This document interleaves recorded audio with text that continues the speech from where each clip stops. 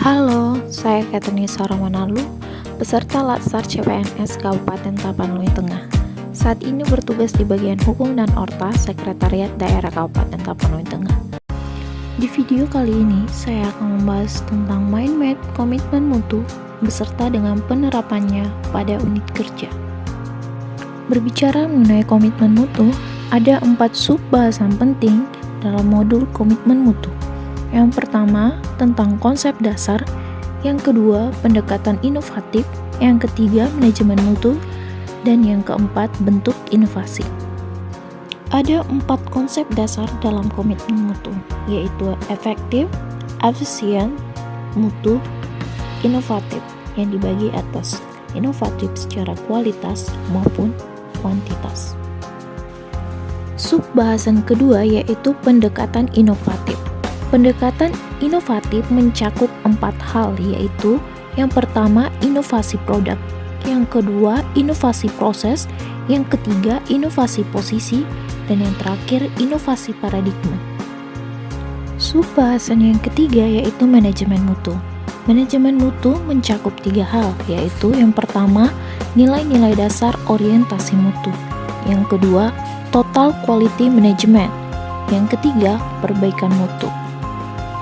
Ada 8 nilai-nilai dasar dalam orientasi mutu, yaitu yang pertama tangible atau nyata berwujud, yang kedua reliability atau keandalan, yang ketiga responsif atau cepat tanggap, yang keempat competence atau kompetensi, yang kelima akses atau kemudahan akses, yang keenam courtesy atau kelemahan, ketujuh security atau keamanan, terakhir consumer understanding atau pemahaman pelanggan.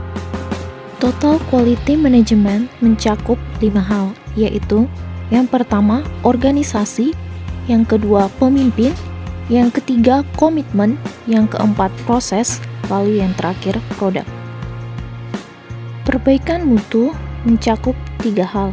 Yang pertama menggunakan metode PDCA, yaitu plan, do, check, and act. Yang kedua menggunakan metode Fishbone. Yang ketiga menggunakan metode pohon masalah. Terdapat 4 bentuk inovasi. Yang pertama penemuan, bentuk yang kedua pengembangan, yang ketiga duplikasi, dan bentuk yang keempat sintesis.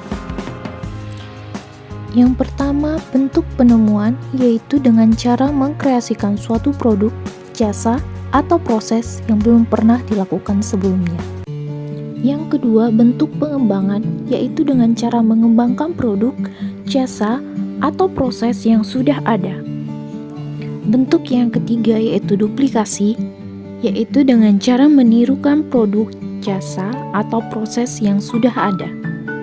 Duplikasi yang dimaksud dalam bentuk ini bukan semata-mata meniru, melainkan menambahkan seutuhnya secara kreatif untuk memperbaiki konsep agar lebih mampu memenangkan persaingan.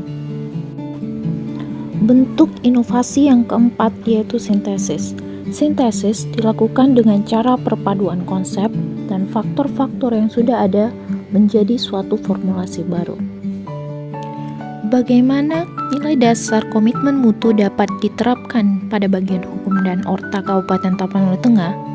Sebagaimana diatur dalam pasal 23 ayat 2 huruf K Peraturan Bupati Tapanuli Tengah nomor 15 tahun 2020 tentang Sekretariat Daerah, yang menyebutkan bahwa salah satu tugas pokok dan fungsi pada subbagian bantuan hukum, dokumentasi, dan informasi adalah melakukan dokumentasi produk hukum daerah dan peraturan perundang-undangan lainnya. Dalam rangka menerapkan komitmen mutu, maka dokumentasi produk hukum ini dapat dilakukan secara digital dengan mengoptimalkan fungsi website jdih.tapteng.go.id. jdih.tapteng adalah jaringan dokumentasi dan informasi hukum yang dimiliki oleh pemerintah Kabupaten Tapanuli Tengah dan dikelola oleh bagian Hukum dan Orta.